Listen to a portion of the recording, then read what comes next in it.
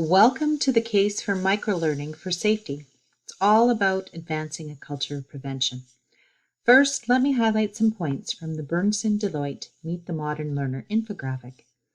As training moves to more digital formats, it's colliding with new realities in learners' jobs, behaviors, habits, and preferences. Today's employees are often overwhelmed, distracted, and impatient. Flexibility in where and how they learn is becoming increasingly important. 1% of a typical work week is all employees have to focus on training and development. Yet, they'll view their smartphones 9 times every hour. Most learners won't watch video longer than 4 minutes, and yet 70% are accessing information outside of traditional training and development channels using search engines.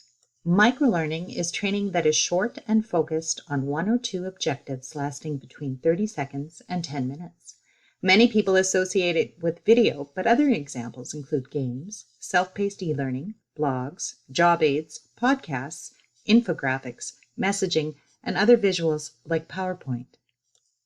Learning through spaced or chunked learning content is 20% more effective and increases retention by 32% over traditional training, meaning anything that is class-based or documented. Microlearning's huge benefit to safety is through its repeatability and flexibility. If you're challenged to reduce safety incidents, build a world-class safety culture, improve worker knowledge and retention about safety practices, and engage multi-generational staff to keep safety top of mind and predict at-risk behaviors, developing a microlearning strategy may be a key consideration for your organization. Ensure to scan the QR codes with your phone to see how easy it is to attach a training video for learning purposes. In addition, interactive forms can be created with a myriad of apps for that purpose and delivered directly to mobile devices.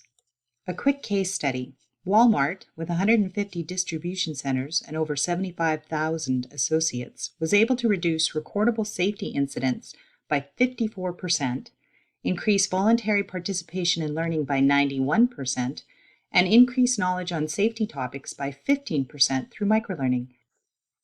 Check the link provided on the pedagogy wheel. It brings together in one chart several different domains of pedagogical thinking using Bloom's taxonomy, which is a hierarchical classification of the different levels of thinking and should be applied when creating course objectives using mobile apps within its integrated framework.